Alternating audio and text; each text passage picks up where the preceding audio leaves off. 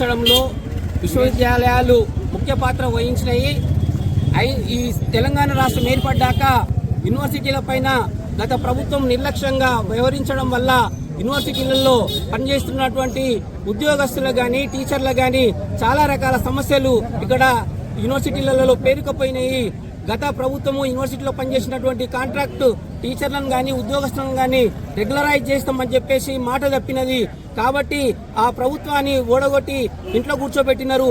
ఇప్పటికైనా సీఎం రేవంత్ రెడ్డి గారు యూనివర్సిటీలు పూర్తిగా నిర్వీర్యం అయిపోయిందని చెప్పేసి ఆయన గుర్తించి ఈ ఉస్మానియా యూనివర్సిటీని అభివృద్ధి చేయాలని చెప్పేసి 7వ తారీఖు రోజు యూనివర్సిటీకి వచ్చేసి 1000 కోట్ల పైగా ఇక్కడ వెచ్చించి యూనివర్సిటీ అభివృద్ధిని చేయాలని చెప్పేసి ఆయన ఆకాంక్షిస్తున్నాడు.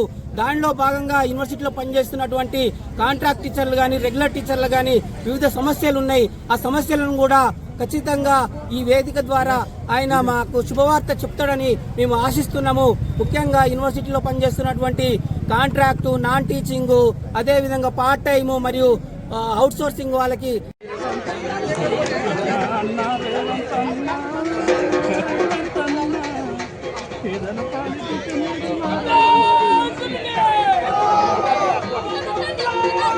Thank you.